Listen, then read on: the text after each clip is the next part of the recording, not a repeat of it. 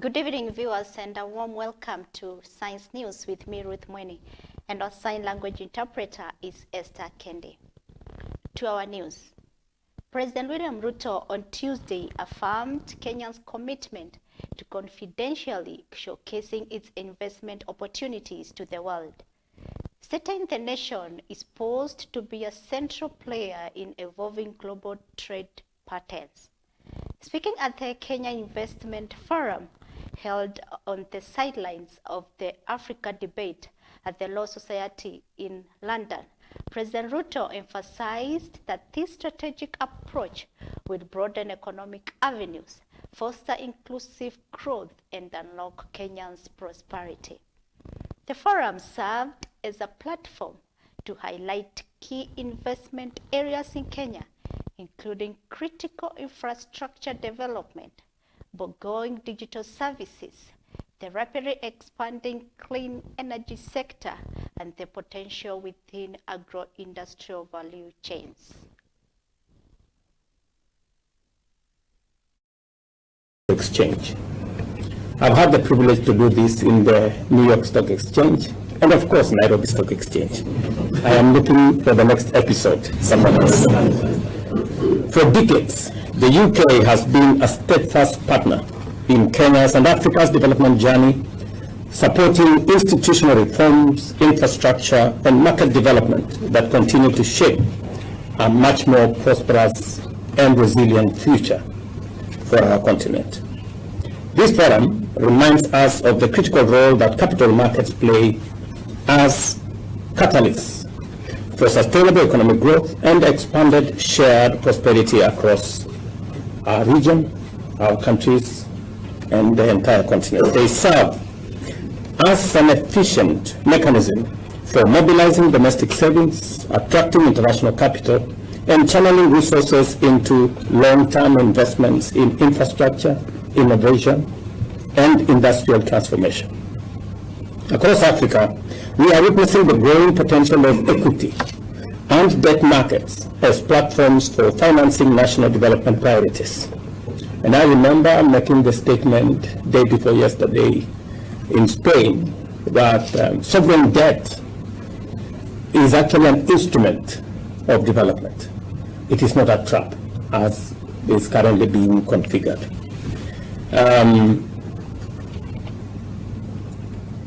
Well-functioning domestic capital markets enhance economic resilience by cushioning against exposure to volatile capital flows. They reduce dependence on external debt, foster transparency and governance, and diversify investment opportunities for both individuals and institutional investors.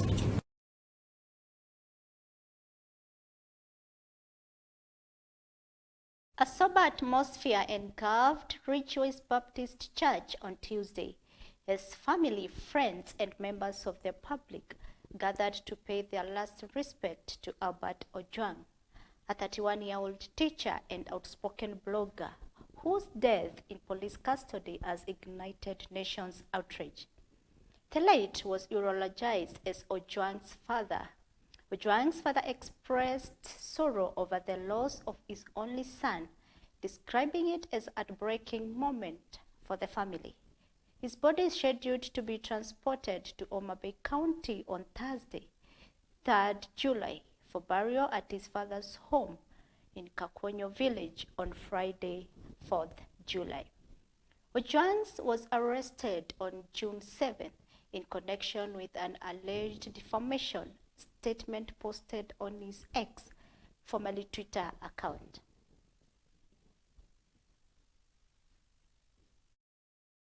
Maneno ya Mungu ndio yanatufariji. Kabla sijatoa shukrani, napenda tufungue kitabu cha Methali, Proverbs 21 verse 3. Haswa nianze mstari wa kwanza. Lakini himizo langu ama ujumbe wangu uko katika mstari wa 3. Methali I read from King James. It says, Proverbs 21, from verse 1, it says, the king's heart is in the hand of the Lord. As the rivers of water, he turneth it whithersoever he will. Every way of a man is right in his own eyes, but the Lord pondereth the hearts. Verse 3. To do justice and judgment is more acceptable to the Lord than sacrifice.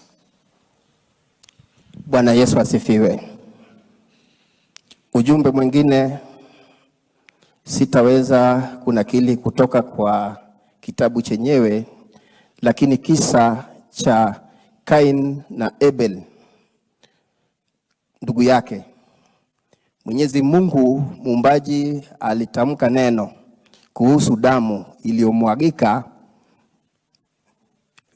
kwa ardhi.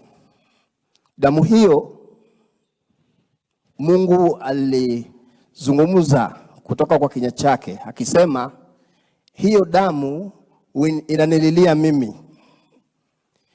Nikagundua kwamba damu haifi. Damu inaweza kuleta mateso. Ni damu ya Yesu peke yake ndiyo ambayo inabariki. Lakini damu nyingine ambayo inamwagika chini ya ardhi hii pasipo na hatia huleta mateso.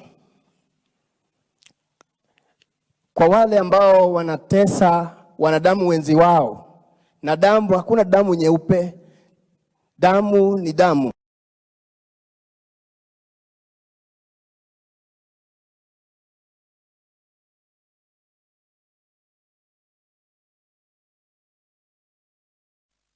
Lastly passed the Constitution of Kenya Amendment Bill 2025, which seeks to anchor 3 critical development funds into the Constitution: the National Government Constituencies Development Fund, the Senate Oversight Fund, and the National Government Affirmative Action Fund.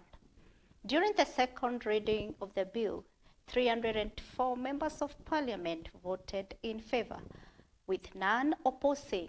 At the third reading, 298 members of Parliament supported the bill, registering a unanimous vote. The bill, co-sponsored by Otiende Omolo, Rarieda constituency, and Samuel Chepkonga for Ainabo Koi constituency, was introduced to the House on 12th March 2025 and referred to the Department Committee on Justice and Legal Affairs for consideration. Support for this bill, Honorable Speaker, and also assert, as was said by many members, that NGCDF is the most impactful fund that this country has ever had in the history of our independence, Honorable Speaker. True, Honorable Speaker, is just to say that NGCDF is not in competition at all with our devolved funds and our county governments. Honorable Speaker, if anything, NGCDF supplements what the national government is doing and also what our county governments are doing in offering services and service to the people that all elect us. Mr. Speaker, I stand also to support this constitutional bill. But Mr. Speaker, I want to speak to the Senate, our colleagues, Mr. Speaker, and request them to support this bill. Because, Mr. Speaker, this bill is not about members of Parliament. It is about Kenyans, Mr. Speaker. Because any money that is devolved benefits the Kenyan people, Mr. Speaker.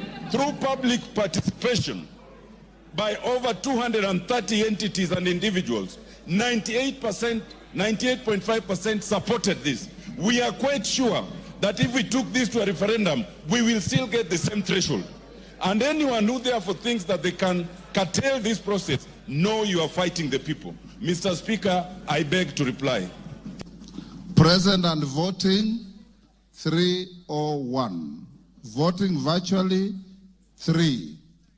So total votes, 304. The ayes, 304.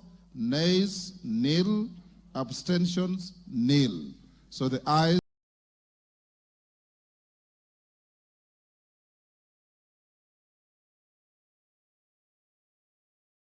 From the Rift Valley region led by Chief Imam Abu Bakar Bingu have strongly opposed the Supreme Court ruling allowing children born out of wedlock to inherit property from their parents. Speaking in Eldoret, the leaders said the decision contradicts Islamic teachings and emphasized that no one has the authority to alter the teachings of the Quran. They called on the government to respect Islamic law, Sharia, warning that if their concerns are not addressed, they will organize protests to oppose the court rulings. Tunaomba kama jamii ya Kiislamu, nchi yetu ya Kenya ni nchi ambayo kwamba inajali dini zote na inaheshimu dini zote na imepatia kila raia wa hii nchi uhuru wa kuabudu. Na katika uhuru wa kuabudu katika dini yetu, mambo ya familia ni katika mambo ambayo kwamba Uislamu umeupatia kipaumbele. Na tunamshukuru Mwenyezi Mungu vile vile katika hii nchi imempatia kadhi wetu madaraka ya haya mambo matatu: mambo ya ndoa, mambo ya talaka na mambo ya urathi. Katika hili tunaomba awachiwe chief kadhi kwa sababu anahukumu kama Uislamu unavyotakikana. La sivyo tutaona hii ofisi ya chief kadhi ni kama kivuli, haiwezi washa wala haiwezi kuzima. Tunaomba Supreme Court iweze kureview hii hukumu ambayo kwamba imetolewa siku ya jana, kwa sababu pia tunachelea isije siku za usoni ikasababisha labda maafa zaidi ama umwagikaji wa damu, kwa sababu ni masala ambayo kwamba inagusa imani, inagusa dini yetu ya Uislamu. Ni sheria ambayo kwamba hakuiweka mwanadamu, ni sheria aliyoiweka muumba wa mbingu na ardhi. Nani anayefaa kurithi katika Uislamu? Ili urathi upatikane lazima matatu yapatikane. Lazima maiti awepo, lazima mali patikane, na lazima wapatikane wanaurithi. Supreme Court sometimes has gone over our lines. Kuna lines sisi Waislamu ambazo tuna draw, na hii kuwa na kadhi court si maamuzi yetu wala si kitu ambacho cha kulazimishana. Hili ni jambo lilikuweko tangu independence. Kweli urongo jamanini? Lilikuweko tangu independence. Supreme Court have crossed our borders. What we are going to do, we are going to get 1 million votes petition against the 3 judges who sat with the Supreme Court, ili tuhakikishe ya kwamba jambo hili la mirathi lisiingiliwe na Supreme Court, liachiwe nani? Chief kadhi. Miaka yote tumeishi na sheria hizi na alhamdulillah tumekaa vizuri na wenzetu ambao sio kwa Waislamu, na hizi sheria hazikuwahi kuwagusa wenzetu ambazo kwa sio kwa Waislamu kwa vyovyote vile. Hatuoni kwa nini sisi tunaingiliwa katika dini yetu na katika mambo ambayo yanatuhusu sisi kwa jumla. Qurani imeteremka 1400 years ago na mpaka leo tuko nayo, na napeleka hii message kuwa of leaders from Meru County has strongly reiterated their commitment to the current government, vowing to resist offers from the opposition. This declaration comes amidst ongoing political realignments and a push for influence within the broader Mount Kenya region. The leaders emphasized their belief that Meru stands to benefit significantly by remaining aligned with the ruling Kenya Kwanza administration. They highlighted the importance of working closely with President William Ruto's government to fast-track development projects and ensure the county's progress.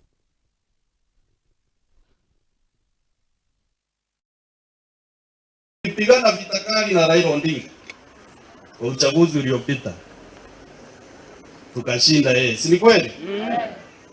Jamaa kukaa kwa barindi akaona wacha niongee na president tuweze kushirikiana, na pia serikali president akaona ni vizuri kuingiana na huyo mtu kujenga taifa la Kenya pamoja. Alafu sasa sisi tulipiga kura ati mnataka tutoke huko ndani ya ile serikali tuweka tuende kando. Kuna kitu kama hiyo kwa dunia hii? Kuna kitu kama hiyo? tuweke serikali ndani, alafu ikifika 2.5 years tutoke. Tushike mkono Rais Ruto, tushike Kindiki, naibu wake, ndio watufanyie kazi. Mimi ile vitu napigania ni ile kazi tulifanya 2022. Meru tuwe kitu kimoja. Serikali si mbili na serikali haziwezi kuwa mbili. Meru sisi tuko nyuma yako senator, na sisi tuko nyuma ya chama. Meteorological Department has issued a weather alert warning of cold nights and scattered rains in several regions across the country in the coming days. In a statement, the organization indicated that rainfall is expected in the highlands east and west of Rift Valley, Lake Victoria Basin, coastal region, and parts of the northeastern and northwestern Kenya. The alert also showed that some part of the highlands, east and west of the Rift Valley, and the southeastern lowlands will experience cold and cloudy conditions, while northeastern and northwestern Kenya will experience daytime temperatures above 30 degrees.